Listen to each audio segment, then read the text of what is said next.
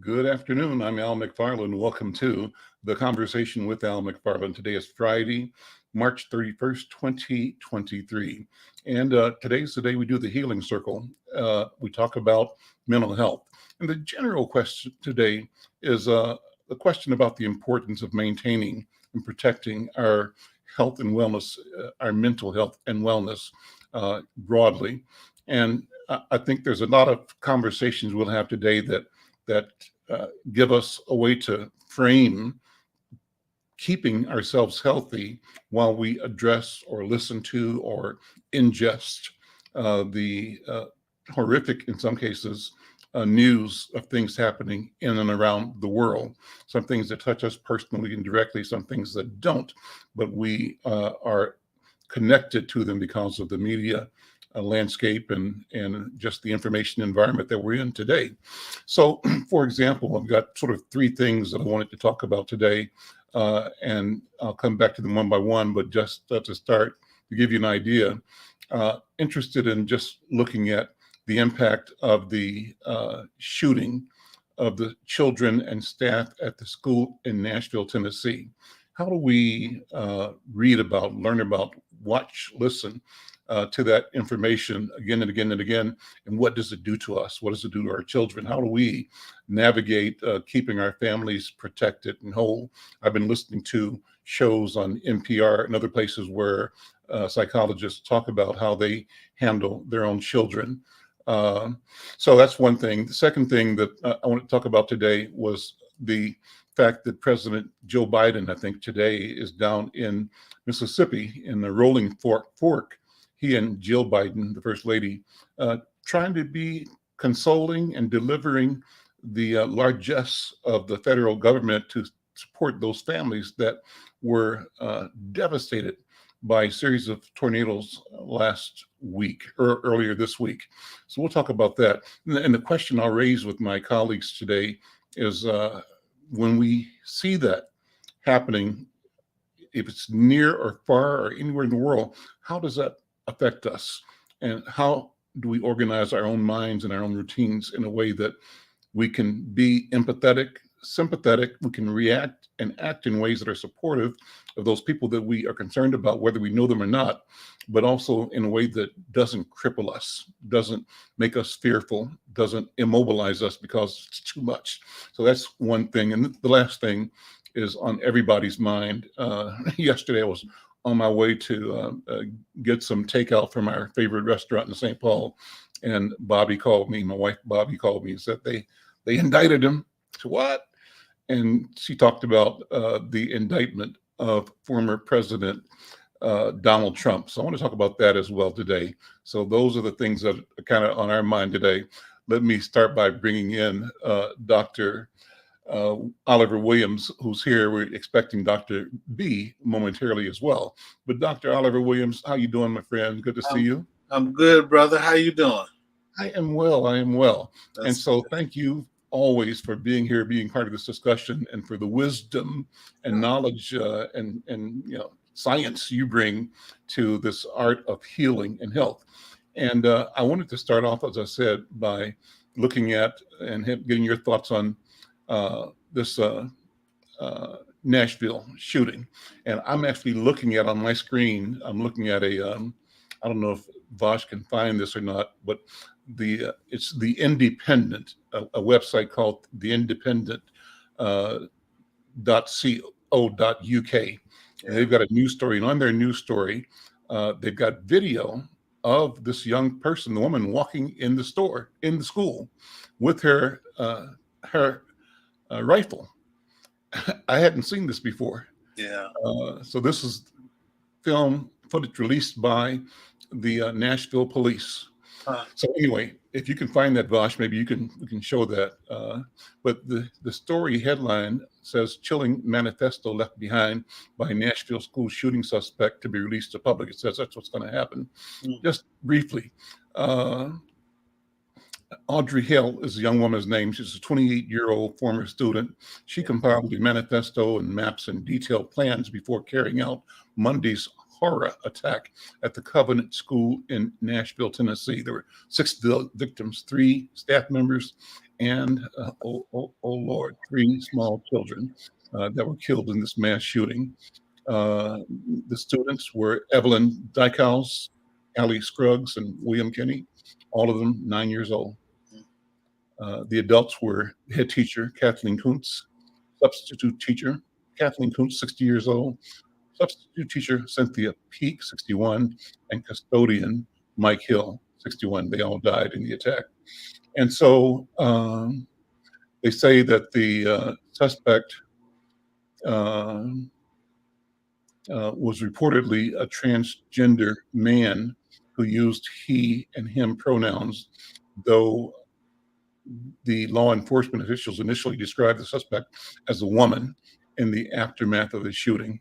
And so, Doctor, what do you think, Dr. Williams? How do we both keep listening and hearing and seeing that information and not be so troubled that we become immobilized or insensitive to the danger and the event itself? What do you think? I think that there's a tendency to feel helpless and impotent, or one could be feel as though they are able to make some statement and feel potent to some extent, to sort of move towards it and to some extent.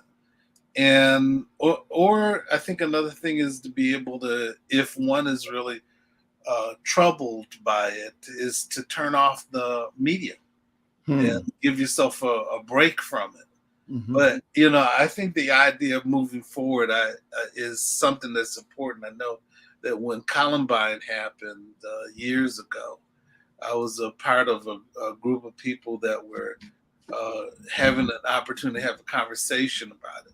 And what was interesting to me is the fact that they were focusing on some things, but it was happening in a school that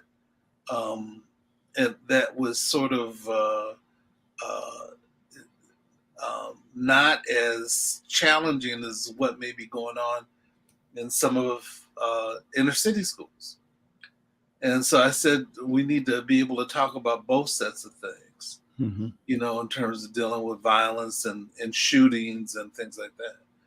And what's been interesting to me is in terms of all the weapons, and even comments, they had showed a comment by Tucker Carlson when they heard something about Trump getting indicted, where they said it's not a time to give up your weapons. Oh, really? And I'm thinking to myself, I said, what is it about being connected to the misinterpretation of the Second Amendment, where people feel as though they have an opportunity to get as many weapons as they want to, when that's not really what the Second Amendment suggests. But the other thing that I think is important is nobody's saying get rid of all guns. They're saying, let's make some sense about how you go about doing it. So they've said that they wanted to have something around mental health. They've said that they wanted to have something associated with, they don't want background checks on one level, and they want to be able to sell to everybody. I'm trying to figure out, what will it take to get people to put some limits on what it is that you want to do without people misinterpreting what the intention is, not to take away all your weapons, but to be able to get rid of assault rifles. You're not going to civil war with the animals. So what's the point? Right. And so we need to do something to take care of our families and take care of our children and adults. I mean, I remember that event that took place in Las Vegas where they were listening to a concert, and there was a guy that was shooting out of the hotel Yep. and killing people. And I'm Yep. thinking to myself, what does it take? You know, I don't understand the logic of any of that. Why are I people remember having that this? event. That guy spent a day or so hauling up his equipment and stuff. Yeah, He yeah, had suitcases or something like that, and he had a right, gear on a trolley, I think, to set right, up that machine gun like apparatus he had to kill people with out of a high window at right. that. Was it Las Vegas? Right? Was it Las That's Vegas? right. That's Yeah, right. that was. Mm, Doesn't make any sense. So mm, I mean, mm, so the some of it's just out of it's foolishness, you know. And I don't understand the fidelity to the gun lobby. I thought a couple years ago it sounded like the gun lobby was about done, you know, in mm, terms of its internal stuff. But mhm. you know, it seems like they're still, you know, Well, encouraging people. their numbers have the NRA numbers have dropped Yeah. significantly, but there's still a core. Let me do this, Dr. Williams. Let's look Uh, at the article that I was talking about. We've got it okay. pulled up. Look at the video, and we can continue the conversation. This is Okay. the conversation with Al McFarlane and Dr. Oliver Williams. So yeah, it's a.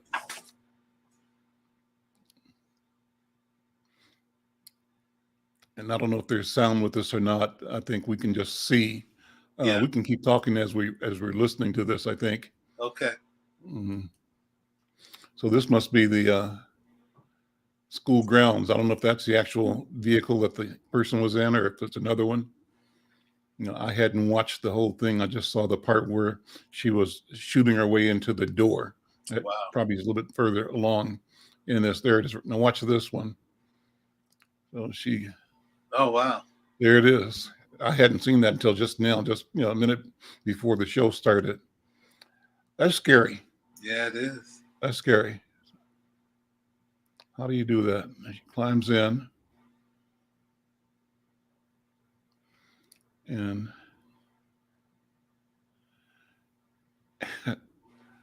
uh, and how do you even? So she knows the building because she went to school there, and they said she had maps of this place and other places as well. I think that's probably all I want to watch. There might be one more shot, one more, a little bit more. Or boss, you can kind of move it along a little bit just to. Uh, yeah, Mm. I don't know. Here she goes again. Or here he goes, whatever. Yeah, so I haven't watched the whole thing. That's probably enough to watch.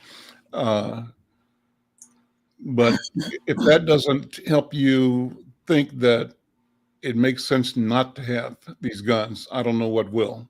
Right.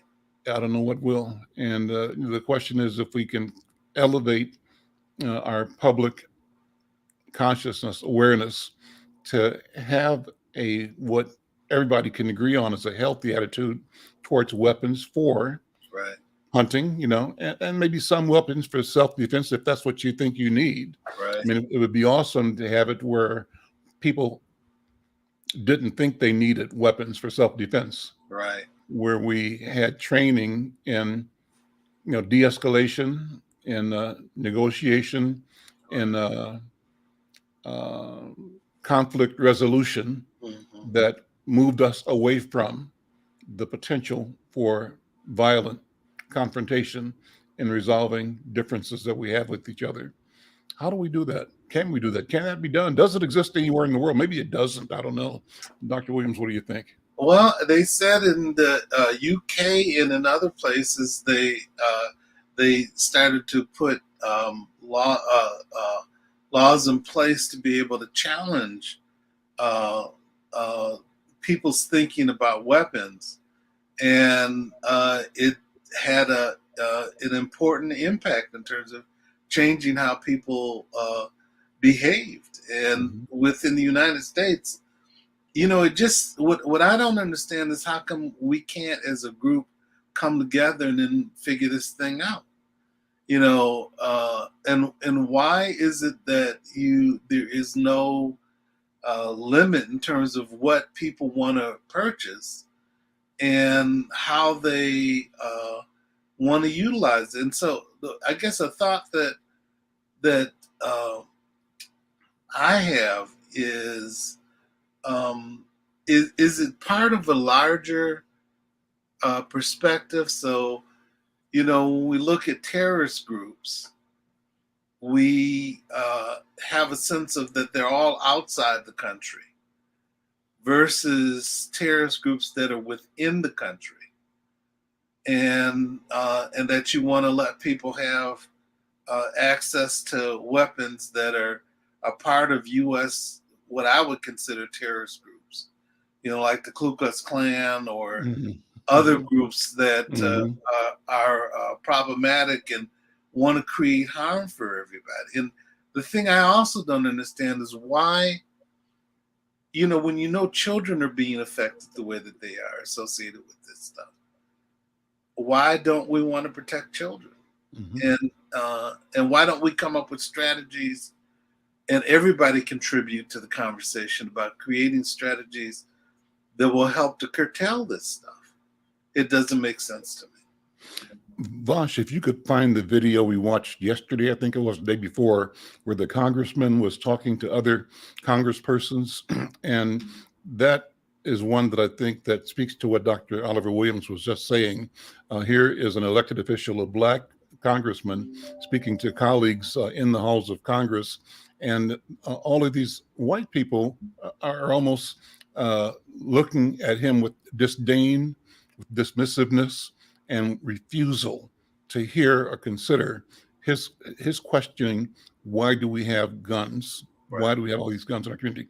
I'm Al McFarlane. This is The Conversation with Al McFarlane. Today is Friday. It's the Healing Circle, and I see Dr. B has joined us here. Dr. B, good afternoon. Good to see you. We're waiting to bring you in to do the protocol. I'm going to do that in just a second. And I wanted to remind people that are listening to thank people that are listening and joining the program by either YouTube or Facebook or by LinkedIn or Twitter.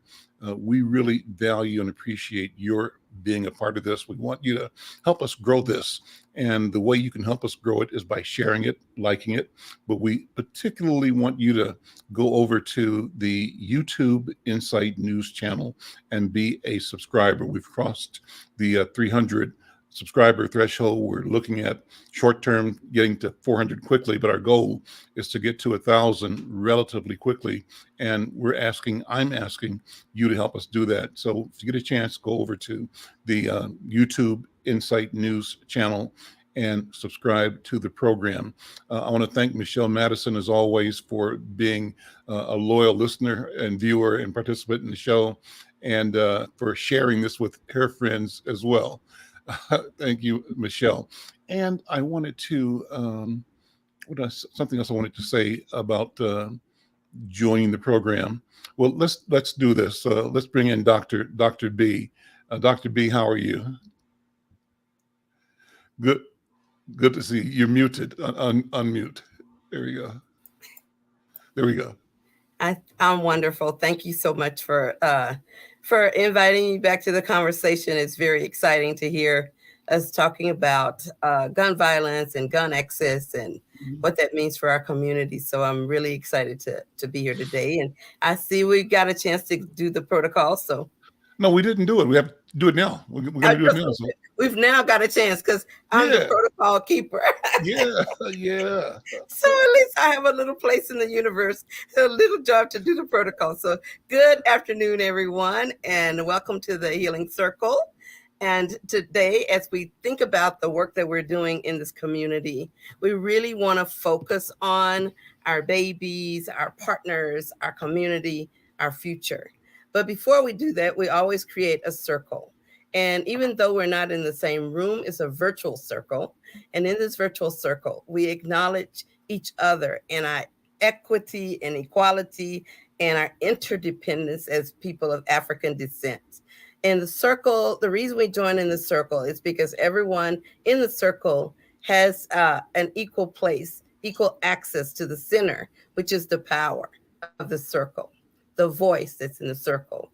And we also assemble in a circle upon agreement and permission from our elders, from our Baba Al today as we go through the program. We also honor our elders because they're closest to our creator and they're closest to our ancestors. And we honor our ancestors, of course, because they're closest to our creator God. And in the circle, there's order, as always, as African people. And the order first gives us the right to be here because we stand on many shoulders. And we live and practice and grow on land that was owned, nurtured, cared for by the Lakota people. So when we think about that, today we acknowledge the fact that there's a concept called consubstantiation, where all living things are connected, that we're connected to the earth, the sea, the sky, and to each other. As we enter the circle, we also continue with order by using a talking stick. So although we're not in a room together, we use a virtual talking stick and we pass the talking stick to one another. And if you need to talk, you just ask for the stick and you get a voice. So as we engage in this very deep, timely, and important conversation, please join us as a community by going to YouTube channel, by going to Facebook, and just participate. You are welcome today to the circle. So I give the talking stick back to my elder brother, Brother Al McFarlane. Here you go. You got the stick. I take it. Thank you, Dr. B. Thank you so much. Well, let me also say to those who might be listening, let us know where you are, what city, what country you're joining the show from. It's nice to see people connect from different places around the country, around the world. So if you, when you sign in or when you come on board, leave a note in the chat saying who you are and where you're watching or joining from. Let me go to the second video that I asked Bosch to pull up. And we have watched this a couple of days ago, but it relates to this discussion about the country's inability to deal with the question of gun violence and whether we need guns. Bosch, would you go ahead and run that video? Freaking cowards. They're gutless. They're not here. I'm talking about gun violence. You know, there's never been. I'm talking about gun in a violence. school that allows teachers to carry. Carry guns? You think more guns lead to more death? More guns lead to more death. Look at the data. You're not looking at any data.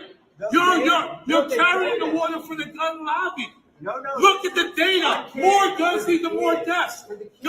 States that have open carry laws have more deaths. In every school States that have open carry laws have more deaths. There's never been a shooting. Are you listening to what I'm saying? Yeah, calm down. Calm down. Children are dying. I know, I've got- 9-year-old children. The solution is not arming teachers. Have you ever worked in a school? Have you ever worked in a school? Have you ever worked in a school? Have you ever worked in a school? It's a yes or no question. Have you ever worked in a school? You will not answer my question. Don't stop and talk to me.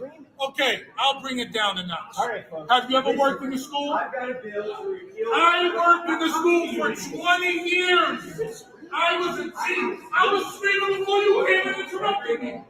I worked in the school for 20 years. I worked in the school 20 years. I was a teacher. I was a school counselor. I was a middle school principal. I was in cafeterias, protecting kids every day of my career. Proud. He can't even answer a yes or no question. Answer. Why won't they pass legislation? Why? Answer the question. Ask him right now. Make him answer. What do you think? Isn't that amazing? That's unbelievable. And I had in my notes that's a congressman from, I think, the Bronx in New York. I'll get his name in a second. Maybe Vash, you remember his name. I was trying to pull it up, but I don't have it. It'll come to me. What do you think about that? Here's a passionate, elected person, but I think boldly speaking his truth, our truth, but speaking almost like speaking into an empty drum. Nobody's hearing him but him. It seemed like his name was Congressman Jamal Bowman. I think he's from the 17th or the 19th district in New York. I may be wrong on that, but amazing. Dr. B, what's your analysis or your feelings from hearing this? I'm talking back to you and then to Dr. Oliver. Thank you so much. I do want to find that brother's name, because I need to send him some money and buy him some lunch, because he is speaking the truth. And I think, as a psychologist, one of the strangest things that I've ever seen is how people can justify killing children and other people, how people can justify their inhumanity toward others. And it does take a great deal of psychological acrobatics to be able to convince yourself that you're right. And that same string of feeling justified is tied very closely to the way we were kept as slaves for hundreds of years. They would go to church on Sunday praising the Lord and come back Sunday night and rape the woman in the black women in the housing, and think it was all right. Mm-hmm. So it's the same mentality. And in psychology, we have many words for that kind of behavior. It can be anything from psychotic, just plain old psychotic, socially bankrupt, emotionally bankrupt, spiritually bankrupt, or he can get on down to the DSM and be seen as a sociopath. So that sociopathic behavior of not seeing other people's lives as valuable and finding a rationale in your brain that gives you ability to keep on doing what you're doing that's wrong, that's not well.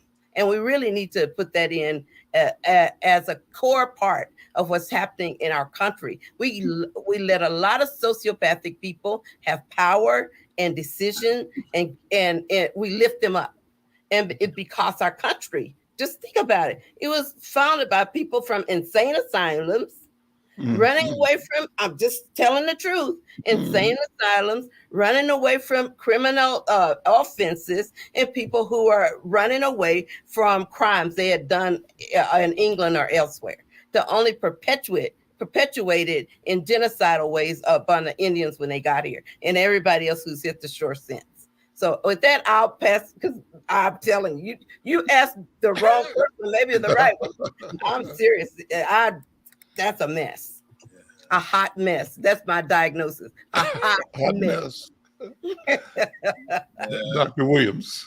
I sort of feel the same way. I don't understand people's insensitivity to the issue, and the fact that they can turn away from it. Again, the fidelity to the gun lobby is, I'm not sure I understand that too, other than trying to get money to try to get a job, to stay in that job, rather than trying to do what you can do to make it better for everyone, which is an interesting thing.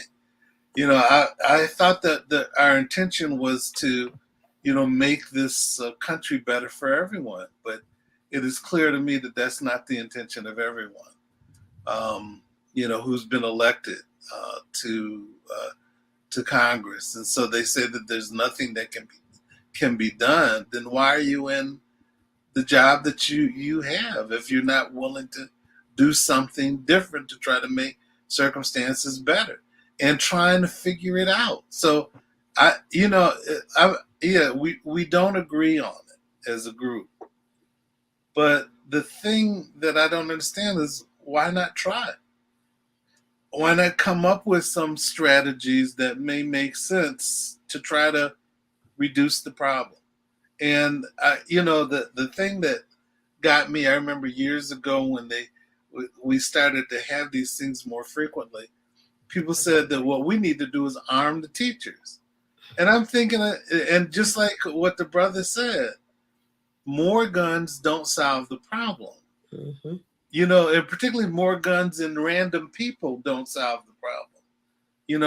We may need to come up with some other ways to be able to address the issue. And I remember hearing, I think it was Dave Chappelle or Chris Rock making some comment about looking at the drug epidemic in the United States and then saying that given what's going on with the drugs today, the legal drugs that we have, he said that was what was going on, like with regard to meth and other things currently. This is what the African American community was going through when they dealt with the crack and other drugs in the African American community. And what they did was decide to penalize Black people for it, rather than trying to figure out also what you need to do is to figure out another strategy to be able to respond to the issue and the problem, rather than just incarcerating everybody. There's a treatment issue that needs to be put in place to try to deal with the demand and people who are sick from it. But we've also got to come up with strategies to be able to reduce the problem. And even though I know that there's been some videos that have talked about how you've had some people, that were Black that infused the community. That largely wasn't the case. And so we've got to find some way to be able to address the issue. And with this, with the guns and gun lobby, we got to find some way about how people get access to that stuff and reduce the access to it. And also put in places things that will challenge how people get access to it and use it for the wrong purposes. I don't know. We got to do better. Well, I was having the same conversation with my guests, I think yesterday and day before, and kind of talking out loud, thinking out loud, trying to think through what and where the solution is to this question of the availability of guns and how we find alternative means to resolve conflict without guns. And what came up in my internal debate was, on the one hand, a lot of people were saying that of late, many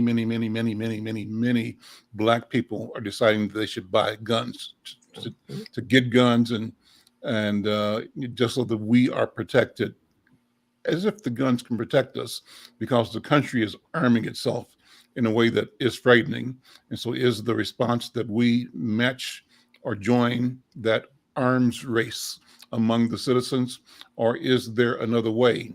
And is there a way where we disarm with intention and in a way that makes everybody else question the arming mentality, if we're able to demonstrate a different and better way of being?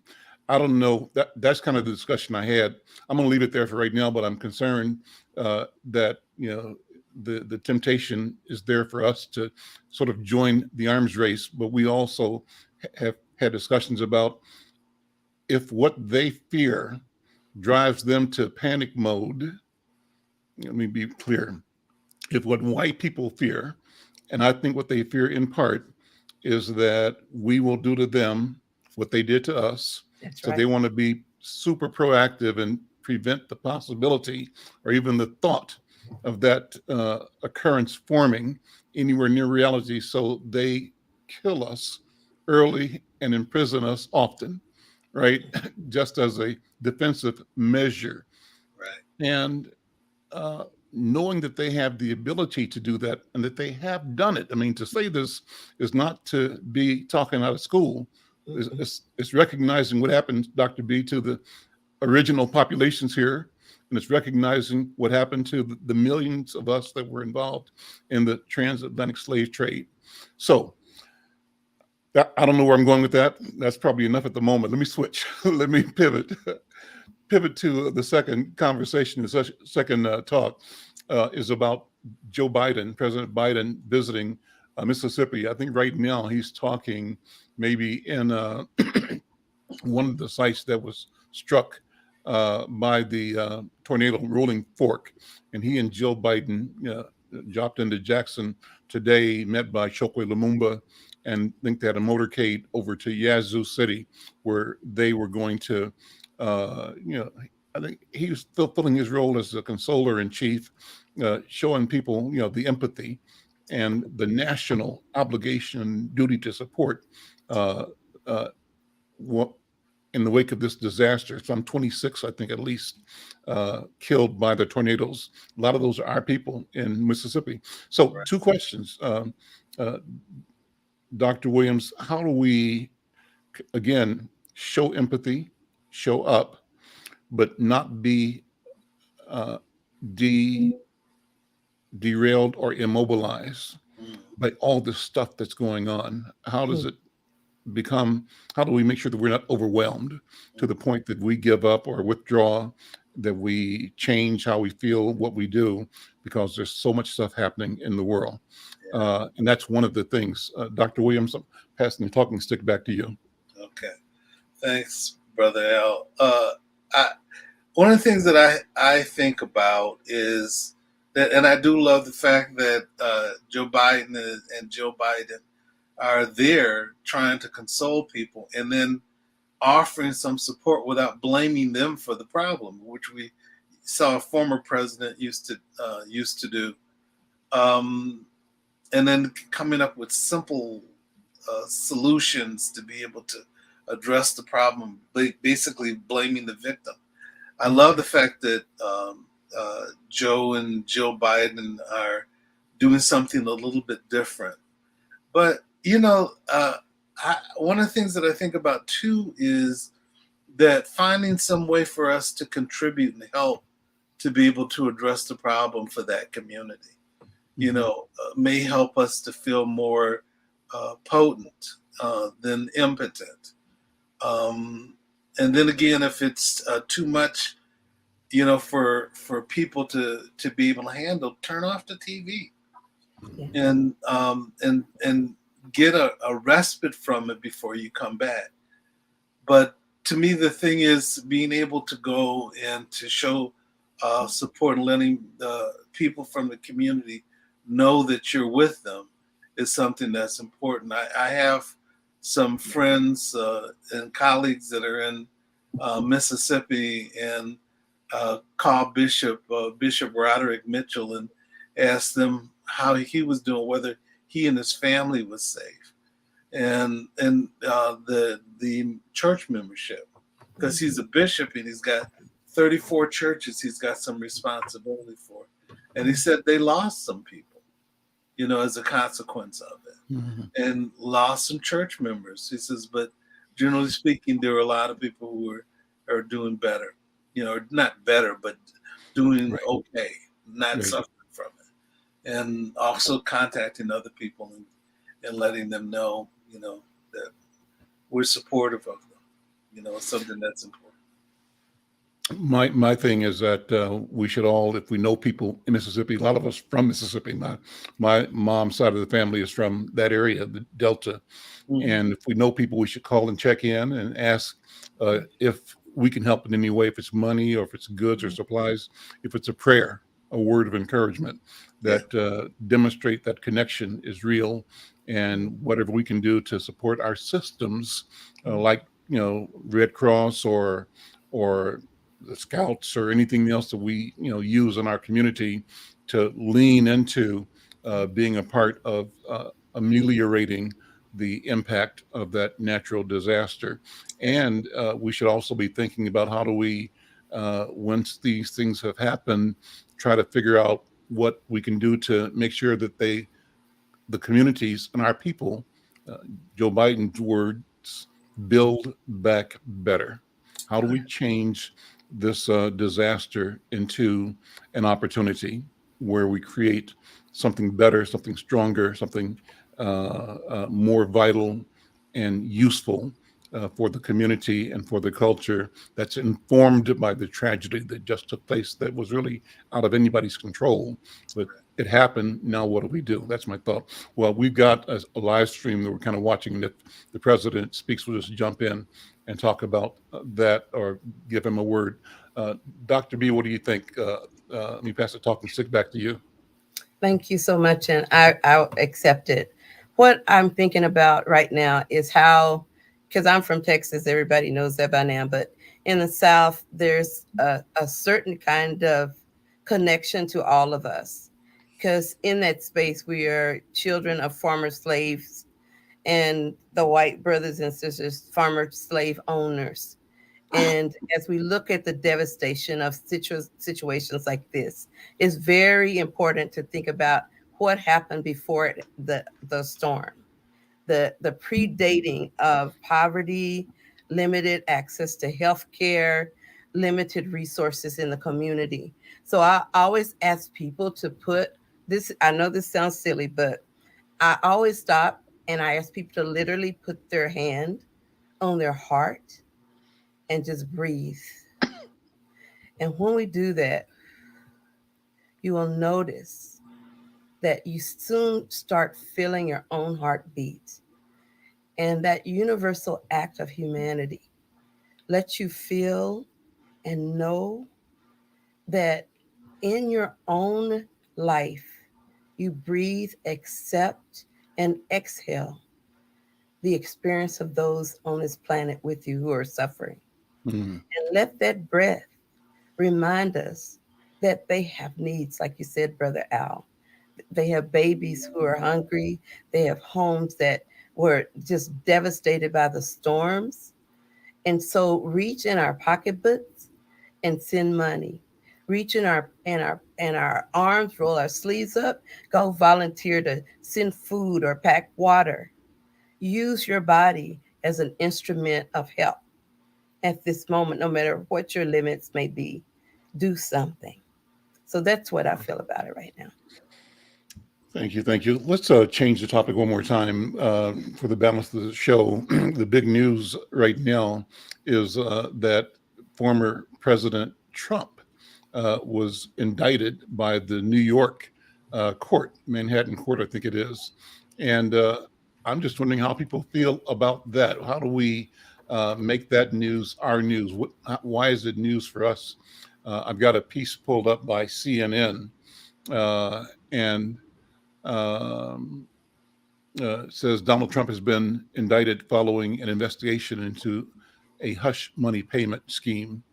And it goes on to detail what these reporters know about it. This was an article written by Devin Cole and published today, about an hour ago, I think, on CNN. And it says that former President Donald Trump's indictment by a New York grand jury has thrust the nation into uncharted political, legal, and historical waters and raised a slew of questions about how the criminal case will unfold. So Manhattan's district attorney's office has been investigating Trump in connection with his alleged role in a hush money payment scheme to cover up involving adult film star Stormy Daniels, and that dates back to the 2016 presidential elections.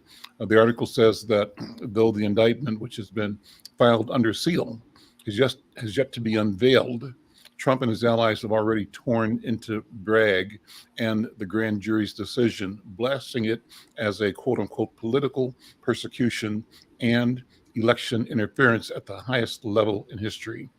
And it goes on from there. Some of the questions discussed in the article are what the indictment is for, which charges are possibly at play, the history of the people of the state of New York against Donald J. Trump, and how Trump is responding. So that's all there at CNN. But I was particularly struck by what I'm seeing as let's check out First thing Joe that Biden. Hold on. came to mind was I got to get a hold of Benny Thompson, his district. He treats it like his home. He's been a steadfast leader in every crisis I've worked with him on, and he's always there for his constituents. And he's been a great partner of mine. And the governor's right. The governor, I tried him earlier, but he was already out on the road. I couldn't get him right away. And to let him know, that made it clear that we'll do everything everything that's legally within my power to do to be of assistance to the people in this community. And Mayor Walker, I know this has been especially hard for you since you're not only the mayor, but you're also, and I mean this sincerely, the funeral director. It's been tough. You've had to prepare people to be buried who you were with, know well. And thanks to Sharkey County officials and local officials and first responders and community members who've worked around the clock, rescue survivors, they get people to safety and sort through the wreckage. But Jill and I are here to show our support. Unfortunately, I've been to too many sites like this over the last 2 years around the country. I've probably, with the FEMA director, better part of 12 to 15. And I always see the same thing in America. When the neighborhood's in trouble, the whole neighborhood comes to help. Walking down the street here, being told by people, the reason we were able to get through it, one family told me, when finally the roof came off the house, we're under the bed, we came back down, all of a sudden it was quiet. Before I knew it, the Red Cross was out front. Before I knew it, and went on to talk about the neighbors that helped. And folks, I know there's a lot of pain, and it's hard to believe at a moment like this community is going to be rebuilt and built back better than it was before. Resilience of this community has been remarkable. And I just want you to know, as you fight through this, you're not alone. The American people will be with you. They'll help you through it, and so will I. Multiple tornadoes tore through Mississippi, Alabama, and Tennessee last Friday night. The most powerful came through Rolling Fork. It stayed here just a little over 3 minutes. Just imagine, I know those who've been through it know. 3 minutes. 3 minutes, this neighborhood is basically gone. Stores, everything, gone. And the most powerful part of the tornado came through Rolling Fork. It stayed here and it had the effect. It was so devastating. Unless you physically saw it, it's hard to believe. 13 lives lost. Well, there was President Joe Biden in Rolling Fork, Mississippi, thanks to PBS for their live stream. And I want to give them credit for carrying that to the public and acknowledge the important work that they're doing at PBS. I want to come back to Trump. We'll close with that, but just I'm glad that we carried that snippet of the presentation that the president's doing now, because he used his words, build back better. So how do we adopt an attitude in our community that as we respond to the challenges and crises, whatever they are, whatever trauma there is, we have a strategy that says we must build back better. Our strategy is not a strategy of laying down and accepting defeat or admitting that all is lost, that the sky has fallen. But our strategy is to say, no matter what, no matter where, no matter when, we live, we rise, we stand, we fix, we build, we march forward. What do you think, Dr. B?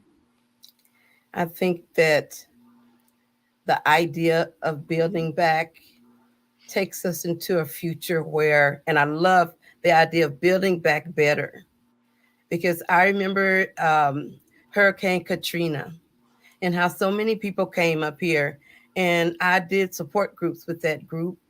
And I remember they kept saying when the water came, and they indicated that so much life was so disrupted when the water came. Mm-hmm. And I believe that is what we'll be hearing about the tornado and about the loss of everything. And in their spirits, I know these people from that place, they are strong, they are loving, they're resourceful, and they are proud. And those of us who love them and know them should acknowledge that strength, that pride, and that determination that they take in their spirits, and be there beside them, giving them every available resource we have to help them through it. They will make it. And as long as they don't think they're alone, I know they will make it. And so personally, I'm going to do everything I can to make sure they don't feel alone. And I invite others to do the same. Dr. Williams, what do you think? Well, when Katrina happened, I had 2 projects in New Orleans, and then the former dean of the College of Education and Human Development, Darlene Bailey, had a project that was in Mississippi. We went down there, and the projects that I had around in New Orleans, we went and tried to find support to be able to provide that for folks. But there was a program we were connected with that looked for battered women and needed to, and ended up providing support for them there. In Mississippi, what we did was that there were towns that were demolished. Mm-hmm. And what we did was we provided mental health services for them and counseling for them in the spaces, but also tried to get them connected to support services as well. So being able to do something was important. Yeah. And also trying to understand people's stories was important, because you got a chance to, what we did was got a chance to really understand the depth of the challenges, not something just superficial, but something that had depth. And I think trying to understand their stories and figuring out ways to be supportive is helpful. And then trying to figure out ways that you can contribute was another thing that we did too, and what Darlene did in Mississippi. And so I think those are things that are real important to do. We're down to our last 4 or 5 minutes. I wanted to spend just a couple of minutes on the Trump situation. We were talking about that before we cut away for the president's address in Rolling Fork. But what do you think about this? I'm concerned that with this indictment delivered and the arraignment happening Tuesday, the Republican Party, it seems, is piling in on the district attorney in Manhattan, an African American, and it's as if the law doesn't matter. And they're asking him, what's his name? Attorney Alvin, what's the last name? It's escaping me for the minute. Yeah. Alvin Bragg. It's as if his role as an attorney, they're asking him to not do the job because the focus is on them. Right. And what they hold sacred, and that's more important than the law. What do you think, Dr. Williams? I think it's long overdue. And I think if nobody's above the law, former president ended up finding ways to be able to divert the situation and got support from inappropriate places. They said even with Barr ended up finding that in the Trump administration, finding that he was culpable of certain things, but because the tradition was that you don't indict a sitting president, they, tried to ignore it and he tried to shut it down. Well, he's not the current president. Same with Mueller, right? Mueller and Barr, that's the whole thing. Exactly. And he muted what Mueller was saying. So, if you want people to have faith in this country, you got to do what's right. Mm-hmm. And doing what's right is holding him accountable, in my opinion. And I just want to jump on before we go. Thuggery comes in all shapes, forms, and fashion. Right. You don't have to be a Crip or a Blood or a member of a gang to be a thug. And some of my kids that I work with, they said Trump is an OG. He's a gangster. He's a thug. And that is not what we should be having as a president. So, right. And like my grandma used to say, what's done in the dark, honey, it will soon come to light. So the light will follow your darkness and it will show you up. So I think that this is just the beginning of this onion being peeled back. It's going to be a lot of tears, some of joy on our side, some of sorrow on theirs, but it's going to be, we'll know a little bit by and by, like the old folks used to say, we'll know by and by. Well, somebody, I forgot who it was saying, using the term karma. You know, I think I think Vosh was talking before the show about the people from the New York Five that Trump wanted executed, right? Men wrongly convicted of the Central Park rape, sort of forced to to admit to guilt to a crime they didn't do. That's right. And spend all that time. But as it happened, Trump comes out asking for their execution. And one of them, I think in response to the news, has said, karma. And then, you know, as I'm listening to the news, I'm thinking, what must Hillary Clinton be thinking right now? I'm sure she'll never come out and say, lock him up. But that's got to be, you know, just radiating. She may be compassionate. You know, one of the things I heard is that there's a question of whether Joe Biden at some point in time would pardon, if it came to it, if there was a conviction, would pardon the former president. That's a possibility. So I don't know if anybody really wants to see him suffer, but they want to not be victims of his thuggery, and of the thuggishness, that resurfacing of aristocratic, pseudo-aristocratic arrogance that is damning and damaging. That's what we are protecting about and protesting, I believe. And that really is that we are committed to not being ruled by ignorance, because that's what that is. Our only enemy is ignorance. Well, they said that Richard Nixon was supposedly the first person that should have been indicted by Gerald Ford, but he didn't. So, it's happened with Trump, and Trump definitely deserves it. He definitely deserves it. So. Well, we're down to the last minute. Listen, Dr. B and Dr. Williams, I thank you both for the time we spend here together, the Healing Circle. Having the conversation with you is healing for me. I hope others who are listening and watching are having the same experience that I'm having, and hope this is beneficial to you as well. I think the more we can talk about mental health, the more we can normalize the conversation, the more we can demonstrate our ownership of our own health, our right to be healthy, the better. So I come to this conversation every week excited and leave grateful. So I thank you both very, very much. We will see you next time. Bye-bye.